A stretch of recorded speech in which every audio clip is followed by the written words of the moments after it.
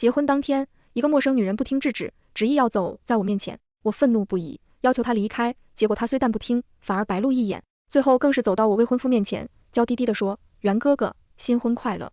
然后她开向我，工作艳羡，哟，糖糖姐，你好漂亮啊，难怪袁哥哥说你长得很像我，但我却觉得我们不像，你看你化妆技术这么好，不像我连基本的妆都不会化，只能素颜。说着，她向我羞涩一笑，糖糖姐你不知道吧，袁哥哥可有很多小秘密哦，一连串的阴阳怪气，挑拨离间，我饶有趣味的大量这个女人，别的不说，单论长相，她确实很美。还没等我说话，未婚夫就忍不住了，他一脸严肃，首先，我哪里说过糖糖跟你像了，就你那全是科技与很活的脸，也配跟糖糖像。其次，你是素颜吗？你的粉底，它是比城墙上的灰还厚吧？那女人脸色瞬间青白一片，大大的眼睛里阴云起一阵雾气，她拉起林元衣角，楚楚可怜，袁哥哥，人家知道你生我的气，人家之前出国不是故意瞒你的，可你也不能这样对我呀，我这才知道这女人正是我未婚夫的初恋，方瑶，所以你是林元的白月光，我丝毫不慌，满是细细的回答，你不会还想说，正因如此，林元才为我选了跟你一样的礼服吧？方瑶见我上钩，眼底闪过一丝得意，脸上去故作扭捏，糖糖姐，你别误会，我跟袁哥哥都是过去的事了。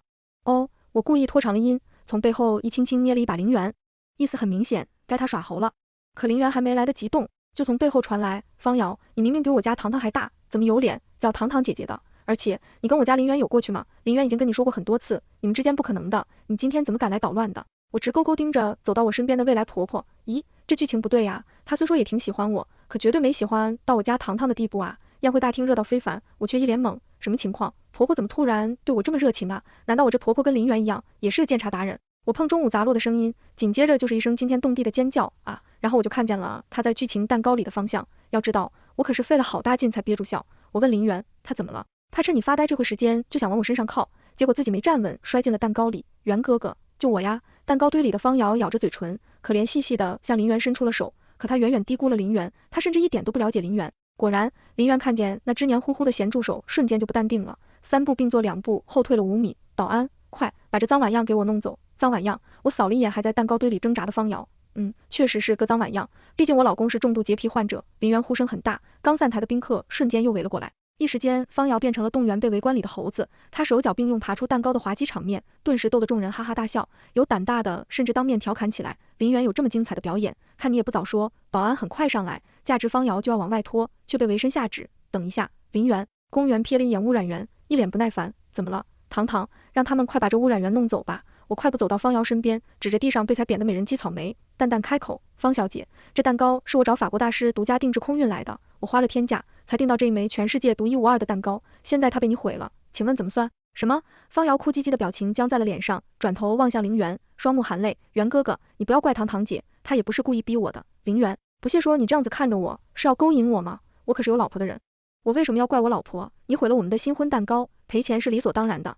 还有，请你不要袁哥哥的叫我，你妈只在我们家做了1年保姆，我们并没有血缘关系。方瑶的泪彻底忍不住了，愣在原地不知所措，我实在没忍住，扑哧一声笑了出来。方瑶低着头，眼角却拼命向上瞄着我，流露出的是藏也藏不住的恶毒。阿元，你知道我没钱啊，你就忍心看糖糖姐姐为难我？我去，这是明晃晃的挑拨呀，我比你还好。鼻十足的看着方瑶，食指恨不得直接戳到她太阳穴上去。方瑶，你是不是傻的？我老公要是不忍心，刚才还会要你赔钱。宾客们围过来的更多了，此时他们全都变成了刮地里的床，串下跳的茶，对我和方瑶指指点点。眼看求助林元无望，方瑶又转头看向我婆婆，林阿姨，你想最喜欢我了。婆婆点点头，看方瑶的眼里满是不屑，她缓缓走上前，拿起了话筒，一种奇异的感觉涌上心头。我定定看着婆婆，直觉告诉我，我婆婆比林元还讨厌这个绿茶。各位，未免大家说我欺负一个小姑娘，劳烦大家听我说几句。这蛋糕是我儿媳费了无数心血才制作完成的，她象征着我儿子儿媳的美好爱情。咱们自问一下，如果你们在新婚日上精挑细选的蛋糕被毁了，你们高兴？我们家的钱也不是大风刮来的，寻求赔付不是应该的吗？不过婆婆拉长梨音，似笑非笑看了一眼还趴在地上的方瑶，只要方小姐肯诚心诚意向我儿媳道歉，并且保证以后离我儿子远远的，不再勾引我儿子，我们自然也不会真的为难她。还是婆婆段位高，一句话就将方瑶的绿茶属性揭露无疑，宾客们也一阵哗然，舆论纷纷倒戈。方瑶社死，目的达到。婆婆看向我，眉毛一挑，笑得神采飞扬。儿媳，你觉得这个方法可行吗？我嘴角微扬，勾起一丝微笑。当然可行，那天所有人都很高兴，除了被迫向我道歉的方瑶，一脸不情愿。这场婚礼主客尽欢，再见方瑶是在我新婚第3天，林园的兄弟们知道我们没去旅行，就约着打篮球。可到了体育场我才发现，一群大老爷们中间还站着方瑶，他身着一袭粉色运动服，在一群粗汉子里格外抢眼。见我们过来，他一路小跑靠近我们，还一把抢过林源手里的水，鼓动喝了几口，喝完他又极其自然的一左一右的。晚上我和林源的哥哥，我一口笑的人畜无害。源哥哥，糖糖姐，我等你们好久了呢。还是源哥哥细心，知道我爱喝这种电解质水。我和他的关系自然没好到这个地步。他想什么，我心里明镜似的，只是不得不感慨，这绿茶的心理素质也真是强大，居然还敢出现在我和林源面前。我扯了扯嘴角，不动声色地将他的胳膊推了出去。方瑶一桶污水委屈巴巴，姐姐，上次我已经道歉，你还不能原谅我吗？林源开口了，他一把甩开方瑶的胳膊，重新站到我身边。上次在我婚礼上，我是不是告诉过你，不许叫我源哥哥？我妈也告诉过你，不许叫我老婆姐姐，我们跟你不熟，更没你这个妹妹。还有，你手里这瓶水是我花了5块钱买的，请你转账，谢谢。这方瑶被呛，顿时愣在原地，低垂着头，手指不停搅动着衣角。源哥哥，哦不，阿源，以前你不这样对我的。林源面无表情，依旧重复，转账，那我还给你还不行吗？以前咱们可经常喝桶什么？林源挑眉强先说道，你不会想说，以前经常跟我喝同一瓶水吧？睁眼说瞎话，你就真不怕 lap？ 你，方瑶睁大眼睛，盯着林源眼睛，憋红了脸，也没憋出一句话。最后无奈，他咬牙狠狠地剜了我一眼，然后将转好账的手机展示给林源，这下行了吧？钱是转完了，只是我实在没想到，都这个时候了，他竟还能对我硬扯出一丝笑容。糖糖你别误会啊，以前阿源的水我都是随便喝，又喝，都被兑成这样了，还能接着挑拨，这脸皮也属时候倒没边了。阿源，你磨叽什么呢？快点啊！林源一个兄弟跑过来，笑得大大咧咧，来了。林源应和一声，拉着我快步上了球场。男人们在球场上大喊淋漓，我在场下游戏打得飞起。萧唐你知道吗？我游戏玩得太投入，竟不知道方瑶已经来到了我身边，我饶有余味看着他，知道什么？知道你是个绿茶吗？方瑶缓缓坐在我旁边，脚尖有一搭没一搭地点着看他边缘。你没出现之前，这里所有男人的目光都是我的，他们的眼里只有我一个人，他们甚至会为了我跟自己女朋友决裂分手。只有林源是意外。我挑眉轻蔑一笑，所以呢？所以他突然诡异一笑，冷地起身拉着我的手臂，尖叫一声向看台下倒去。方瑶摔惨了，躺在地上抱着脚踝，直冒冷汗。为了陷害我，他还真够狠心的，从1米多高的看台摔下去，我都替他疼。那群男生迅速围了上来，除了林源，个个焦急万分。瑶瑶你没事吧？还能动吗？我送你去医院。说话的男生是林源兄弟团中的一个，叫吴清，此刻急得脸色都变了。方瑶却不理他，捂着脚踝，一副渲染欲气又坚强不已的模样，看向我，糖糖，我拿你当亲姐妹，你怎么能因为我喝了口安源的水就推我？各位哥哥，你们也不要怪糖糖了，他不是故意的。茶言茶语一出，我顿时成了众矢之的，一时间，所有人的目光瞬间像激光一样向我射来，尤其是无情，看我的眼神简直能喷火。林源，今天你们夫妻俩是怎么对瑶瑶的？我看了一清二楚。不是我说，你们俩确实太过分了，尤其是你，林源，我们跟瑶瑶一起长大，她就是我们亲妹妹，你怎么能放任你老婆欺负她？我微微蹙眉，叹了口气，果然，这世界上还是有不少傻子的。林源翻了的白眼，她是你妹妹，可不是我妹妹。我淡定开口，方瑶小姐，你说我推你，请问你有证据吗？无情眼眶微红，野兽般低吼着，看台上就你们两人，瑶瑶又受了伤，不是你还是她自己推自己吗？明眼人都看得出来，她这是在对我发火，是不是糖糖推的？查一下监控不就知道了。林源扶住我，淡然开口，仿佛这件事早已在他的掌握之中。你说的轻巧，他台上根本没有摄像头，以前没有，但昨天起就有了。林源话一出口，气氛明显变了，无情气焰更盛，方瑶则愕然。好啊，那就去查监控。林源，只要查出来是你老婆的问题，他就必须给瑶瑶道歉。没问题，那要是他陷害我呢？我抢先道，不可能，瑶瑶这么善良。青头摇得跟拨浪鼓似的，大眼睛里显满了天真。我慢慢凑近方瑶，似笑非笑，你说有必要吗？如果查出来我没问题，那你就必须离开这个城市。末了，我有极为大度的加了一句，放心，我给你买票。方瑶大概没想到会有监控，也许是真的慌了，他捂着高高中起的脚腕，嗨嗨巴巴语不成句。我脚好痛啊，亲哥哥，你先送我去医院好不好？好。美人哭求无情哪受得了，他狠狠看了我和林源一眼，然后一把抱起方瑶就往门口冲去。回家路上，我问林源，你怎么知道看台上有监控的？林源神秘一笑，右手轻轻握住了我的左手，哪有什么监控，我就知道他心虚，特地吓他的。我眨眨眼，笑着问，老公，你会一直这样做反茶大人吗？什么反茶？我不喜欢喝茶。林源开着车，回答的一板一眼，我却笑眯了眼，这可是你说的，以后也不许喜欢喝茶。我以为这事就这样过了，万万没想到，精彩的还在后面。这不，我们刚到家，林源的手机就嗡嗡响的不停。我疑惑的问林源，不是拉黑他了吗？怎么还能打？林源皱眉，是吴清，不知怎地，我突然有种预感，这个电话虽是吴清打来的，但绝对跟方瑶有关，我倒要看看这个傻子究竟能为方瑶做些什么傻事。接，我看着林源，说的斩钉截铁，喂，阿源，我好难受，你来医院好不好？为什么拉黑我？我究竟哪里得罪你了？不出所料，手机里传出了方瑶带着哭腔的声音，我跟林源对视一眼，极其无奈的相互一笑，拉黑你就是为了不让你烦我，还有事吗？阿源，你来看看我好不好？我好难受，难受找医生，可是现在很晚上了，我真的很害怕一个人。林媛的表情极其好笑，愤怒且无奈，他叹了口气，继续说，你确定你是一个人？所以你是拖了吴清手机，还有，不要阿元阿元叫我，我强调很多遍了，跟你不熟。对面沉默了，只听了一句。听得见越来越粗重的呼吸中，林媛才懒得搭理他，刚想挂断电话，那边却传来了极其尖锐的尖叫声。林媛，我现在就在天台上，你不来我就跳下去，所以你是要我去救你？林媛问道。是，只有你能救我。吴清呢？林媛又问。是啊，我也纳闷，吴清不是把方瑶视如珍宝吗？这回看见好妹妹跳楼，他怎么没音了？他出去了。方瑶言辞含糊，动荡不清。他被你派来接我了是吧？林媛满脸不屑，仿佛事情早已在他预料之中。我安安腹诽，心里有点吃味。看来林媛对这个绿茶还真够了解的。他甚至都知道他下一步的打算，像是为了印证我的想法似的。林媛猛然挂断电话，关了手机，然后迅速遥控关下了房间所有的灯。老婆不要出声，吴清马上来了，那家伙肯定不会违背方瑶意愿，他如果知道我在家就是绑，也会把我绑去医院的。我看着他在黑夜里闪着亮光的眼睛，重重点头。那方瑶那边怎么办？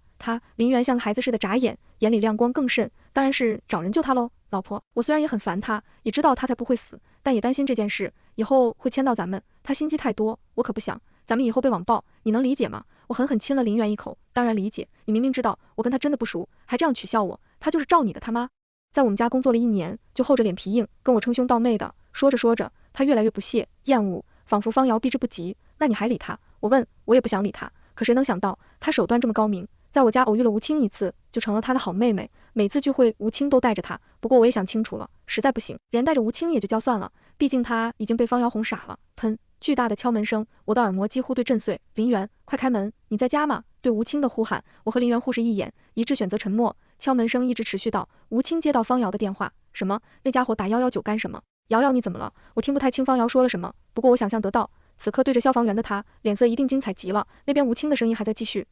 好，瑶瑶你别哭，我马上回来。敲门声消失，林媛太急，果不其然，电话又来了。我懒洋洋接起电话，喂，萧唐，是你报的火警对不对？你就是妒忌我，我都要死了，你还懒着阿元不见我，你安的什么心？他的声音尖利不已，像嚎叫的野狼，听着格外刺耳。那天晚上，林媛始终没去见方瑶，一整夜他都紧紧把我抱在怀里，仿佛我随时会飞走似的。林媛，你这几天怎么了？时时刻刻都想黏着我，仿佛我会飞走似的。林媛却爽朗一笑，将我抱得更紧了。老婆，我跟你结婚，就是为了光明正大抱你啊，我爱你，时时刻刻都想抱着你。我被他哄得脑子直迷糊，却还是说出了自己的想法。吴清他们都对方瑶那么紧张，她那么漂亮，你就真的一点没动过心？林媛轻轻拧了一下我的鼻子，呼出的热气喷涌在我脸上，真实无比。我家有点钱，我爸去世前，这种往他身上贴的我见多了，所以我从小就告诉自己，不要成为我爸那样的人。我妈也是这样教导我的。说来特别搞笑，前2我带你见我妈，这是被方瑶知道了，她第2天就拿着礼物不请自来，想跟我妈套近乎，结果被我妈3言2语赶出去了。真的呀！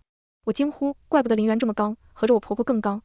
结婚前1天，我妈就警告我，一定要跟方瑶保持距离。其实不用妈说我也知道，我最讨厌的就是她那样的。林媛依旧喋喋不休，我却大概明白了，方瑶为什么会突然变得如此暴躁，段位大跌的原因。她之前陷害我也好，挑拨我跟林媛也好，并不是因为她多喜欢林媛，而是因为她一直自认为林媛就是她的，是跟吴清一样，要围着她转的。换句话说，她把自己当成了林媛和她兄弟团的公主。后来我出现了，打破了她的规则，她在婆婆和林媛那里一点好处没讨到，又屡屡受挫，当然受不了。更重要的是，以前我没出现，单林媛对她冷淡还好，现在我与林媛成双入对，我得到了她没有的，所以她就拼了命纠缠，想到事情拉回到她以为的正轨，挑拨不成，她就不惜以跳楼威胁，就是为了让林媛注意她，在意她。所以不是她段位有多高，而是除了林媛，那些兄弟们自愿被她纠缠。尽管我和林媛躲了整整1夜，可还是没躲过方瑶。早上我一出门就跟吴清状态的满怀，他身后还跟着穿冰号服的方瑶。看见林媛的瞬间，他眼睛都亮了一度，却迅速又暗淡了下去。他委屈道，阿元，你昨晚为什么不来？林媛义正言辞道，方瑶，我们不熟，我这次就跟你和吴清做不了断。林媛转身，一脸严肃正视吴清，吴清，咱们从小玩到大，我本不想说的这么绝，可我实在受不了，你无底线帮方瑶胡闹，我们绝交吧。吴清有一瞬是猛的，随即大怒，一把揪起林媛的衣领，林媛，咱们20多年，从小玩到现在，你要跟我绝交？阿元，亲哥哥，你们不要这样，糖糖，你快劝劝阿元呀，你们才刚结婚，不能就这样让他跟兄弟闹掰呀。方瑶焦急不已，冲我喊话，眼底却满是挑衅。果然，他话音刚落，吴清就一把将林媛顶到了墙上，怒吼着，林媛，怪不得瑶瑶一提起你老婆就哭，你看你娶的这个老婆，不是挑拨你跟瑶瑶的兄妹之情，就是挑拨咱们的兄弟之情，你是眼瞎看不到吗？林元毫不畏惧，双手迅速反扣住吴清胳膊，脚下一用力，就将吴清给到了门板上。我们之间谁眼瞎还不知道呢？我告诉你吴清，如果你继续听方瑶的，绝对没有好下场。吴清双手使不上力，脚又被林元死死别在门边，只得无奈发泄心中怒气。因为这次大打出手，我们闹得不欢而散，吴清跟林元的友谊也彻底画上了句号，甚至两家商业上的合作也分道扬镳。我问林元为什么一定要跟吴清闹掰，毕竟他人虽迷糊，心地却并不坏，跟方瑶完全不是一种人。林元双肩耸起，一脸无辜，我只知道这是早晚的事，他跟方瑶纠缠不清，以后咱们也会被连累的。再见到方瑶是林元的生日，我要请了他所有朋友为林元过生日，除了吴清和方瑶。可我们一进包间，就看到方瑶低眉顺眼坐在角落里，一看我们进来，他迅速上前，阿元、糖糖，之前是我想不开惹你们讨厌了，我真的很想你们，你们不要不理我了好吗？林元直接无视他，拉着我就往里走，我以为我们的冷漠会让方瑶离开，万万没想到，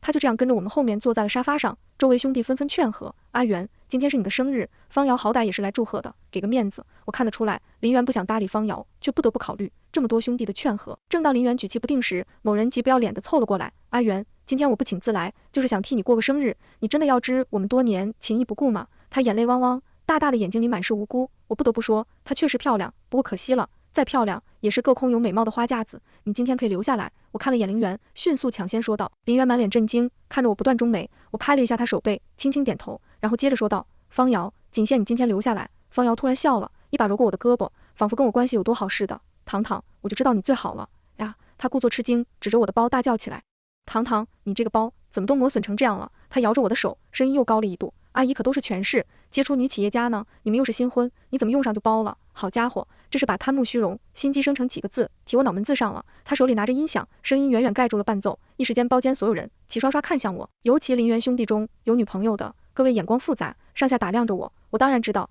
这些人在想什么，婆婆身家不菲，我家庭一般，他们怀疑我跟林元结婚的动机也很正常，现在我只是后悔刚才只顾着大局，每一脚把方瑶给踢出去，白白坏了我的好心情，我自觉问心无故。正想回应方瑶时，包角门却蹭一声被推开了，我婆婆来了。婆婆一身休闲打扮，眼睛微迷，看着心情很是不错，可我却精准的看到了她扫过方瑶那一瞬的愤怒。是啊，我宝贝儿媳确实该换包了，不过方瑶，你接下来是不是想说林元和我挣钱不容易，去玩玩媳妇少买包？婆婆手里拿着标友隔壁包间标签的话筒，满脸戏谑，看着已经傻掉的方瑶。林元从我手里接过话筒问婆婆，妈，你怎么来了？儿子生日快乐，今天真巧，我跟老朋友们出来唱的歌都能遇见我儿子和媳妇。说完，婆婆一把将我拉了过去，脸色瞬间转换，儿媳妇，某人不识货瞎挑拨，你别往心里去，如果你觉得这款包不好，我们再订别的如何？不用了，妈，我觉得这款真的挺好的，我很喜欢。我和婆婆一唱一和，逗得方瑶僵在原地好半天。方瑶不知是真傻还是假傻，竟装作听不懂的样子，再次插嘴，阿姨，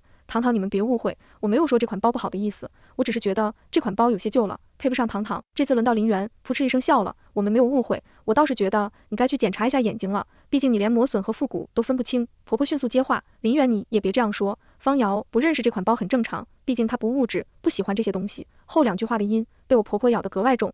方瑶脸色瞬间傻白，她弄了半好天，才微微曲曲哭出声音，阿元，咱们好歹兄妹一场，你怎么能让你家人这么讽刺我？讽刺你？林元挑眉，脸上极不耐烦，难道不是你先内涵嘲讽糖糖吗？不然你为什么一口一个包，一口一个企业家的？还是说你以为所有人都跟你一样，想找个有钱的，找不到就死缠烂打？方瑶抽抽大大的开口，我没有。林元还没熄火，婆婆却抢先冷哼一声，没有你一直缠着林元干吗？我听说你不仅缠着林元，还勾着吴清，为了引起林元注意，甚至不惜跳楼威胁，辱骂我儿媳妇。你以为我们全家真不知道你是什么人吗？你全身上下除了眼球是原装的，其他有原装的吗？婆婆的嘴像个机关枪一直不停，一向家教很好却急着反查的林元，见自己毫无用武之地，甚至直接抢过的话，现在你看吴清家里走下坡路，就又开始打我的主意了。你以为我是傻的？你想当三我没意见，但别勾引我，现在你可以出去了。方瑶委屈的眼泪终于掉下来了。我什么？如果你不是我说的那样，那为什么在看台上挑拨我老婆？方瑶被林元和婆婆连起手来，骂得一脸懵逼，一句话也说不上来，眼泪汪汪的。周围的兄弟朋友们都没想到我婆婆这么猛，全都看傻了眼，愣在原地，一个帮方瑶说话的都没有。她左右摇晃半天，最后我哀声哭着跑了出去。方瑶跑了，婆婆功成身退。林元兄弟中又有个和事佬又开口了，林元，你确实太过了，方瑶怎么说也是个女孩，你这样说她也太狠了。林元张大了嘴，满脸的不可思议，刚才他是怎么抑扬我老婆的？我护着自己老婆不对，立马又有另一人接话，可方瑶毕竟是咱们的妹妹，你这样说她才能不伤心？林元轻蔑冷笑，妹妹，她挨个扫视了眼在场的所有人，声音质的有声，我不记得咱们中任何一人有妹妹。话说回来，即使是亲妹妹，也不能这样阴阳怪气的嘲讽人吧。我不知道你们怎么定义的妹妹，我只知道如果真是一起长大的兄妹，会见不得我好，见不得我老婆好。又有人轻轻回怼，那也得顾及一起长大的情分吧。林媛直接一口盐汽水喷了出来，一起长大，吴沁才是跟咱们一起长大的呢，怎么不见你们为吴沁说话？当然，如果是你们自己想跟所谓的好妹妹搞暧昧，就不要拉上我，更不要站在道德制高点指责别人。原本热闹的包厢瞬间安静如鸡，再无一人打话，林媛拉着我离开，因她喝了点洒，就换成了我开车。可车刚掉了头，就听见咚一声，后尾似有什么东西倒下，我吓了一跳，迅速下车查看，去见方瑶正捂着脑袋半躺在地，他哀嚎开口，糖糖，我特地来给你告别，你怎么故意撞我？他声音很大，底气十足，明显并无大事。糖糖，我都跟你解释过很多遍了，我跟阿元真的没什么，你为什么这么记仇我？他哭唧唧的声音很快引来了很多人围观，不明真相的吃瓜群众瞬间又开始指指点点，听着周围人说自己可怜，方瑶哭得更委屈了。糖糖，我跟阿元以前是玩的好，但自从你出现之后，我们就再没什么了，你为什么还要撞我？说完，他双目含泪，看向林媛，阿元，糖糖也不是故意撞我的，你别怪他了。周围一片哗然，我顿时变成了强拆他人的小三。我当然知道他这样做有什么目的，无非是想利用舆论，让林媛对他低头，承认他这个妹妹。可别说我，但是林媛又岂会让他如愿？果然，我还没回答，林媛又抢先开口了。首先，本来就不怪我老婆，谁让你不长眼？老婆，我老婆车下滚的。方瑶，我不知道讲过多少次，你妈只是在我们家工作了1年，严格来说我们没有关系，更不是什么兄妹关系。其次，别说认识糖糖之后，就是我认识糖糖之前，我跟你也什么关系都没有。你仔细想想，我有没有主动给你打过电话，发过短信？你如果想想说兄妹暧昧，可以去找吴清，那家伙脑子不清晰，适合你。最后，你以为在晚上车尾碰瓷就没人发现了吗？车里有24小时全方位记录仪，明明白白记录了你刚才的碰瓷行为，我都听得清清楚楚。我们不熟，我也从来没主动搭理过你，以前不会，以后更不会。以后除了警局和法院，我不希望跟你有任何瓜葛，不想再见到你。我这样说得够清楚了吗？林媛报了警，直接让警察把车开进了警局停车场。由于我们有方瑶碰瓷的证据，警察办起案来很快结实足，很快就出了结果。方瑶又耍起楚楚可怜那一套，试图私下协商解决，却被林媛一口回绝。晚上12点，婆婆来接我们回家，看到我婆婆的方瑶，我婆婆的眼睛瞬间放光，完全忘了刚才我婆婆是怎么对她的。阿姨，我妈在您家工作的时候，你想最疼我，最喜欢我了，我这次就是喝多了，真不是故意的，您跟安源说说，不起诉我好不好？方瑶对婆婆说话时，虽是乞求的语气，眼底却满是得意与挑衅看着我，她是想利用那个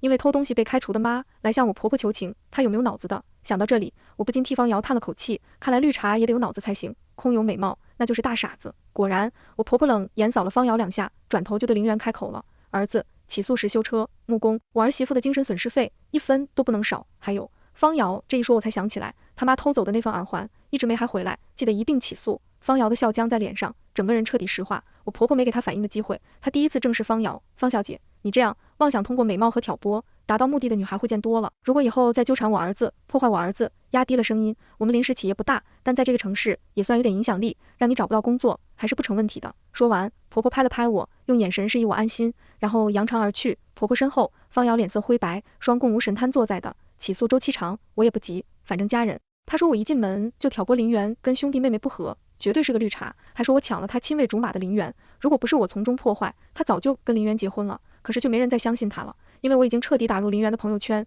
成了他们朋友兄弟圈里坚固的一份子，甚至他们在聚会时，那些朋友兄弟还会在那里跟他一起去调查。他说我跟林媛的朋友圈里面是一份子，我跟他一起去调查。他说我跟林媛的朋友圈里面是一份子，我跟他一起去调查。他说我跟林媛的朋友圈里面，其实他们在聚会时，那些朋友兄弟还会帮我看着林媛。再后来我官司胜诉，法院判定方瑶赔我一大笔钱，方瑶为了堵上这个窟窿，竟跟吴沁在一起了，不过也仅半年就分了，原因是吴沁亲眼看到方瑶跟另一个男人牢牢抱抱进饭店里一幕，吴沁受不了头顶的青青草原，直接将方瑶打破了头。方瑶更绝，他将自己的挨打视频传到了网上，还带节奏说吴沁家暴，事情很专码，反正那几天的热搜几乎天天都是家暴。吴家公司本来就出了问题，如此一折腾，股票直接跌到了底，最后不得不退市宣布破产。没用几天，吴沁就从人人羡慕的富二代变成了四处奔波找工作还债的打工人。方瑶破了相，因为没钱就去私人的小整形医院整容，结果操作不当，他直接成了面瘫，且终身无法康复。再后来听说吴沁又爱生恨，天天去恐吓威胁方瑶，方瑶被吓得精神出了问题，整天疯疯癫癫满街跑。他妈年纪大了，这次是真的被撞了，脊骨断裂，下半生只能在床上度过。至此我彻底明白林媛说过的不跟吴沁划清界限就会被连累是什么意思。1年后，我跟林媛的宝宝咕咕坠地，宝宝百日宴上，我和婆婆一左一右挨着林媛，我抱着宝宝拍了属于我们全家的第1张全家福，有林媛和婆婆这2个反差大人，未来我们一定会幸福。全文完。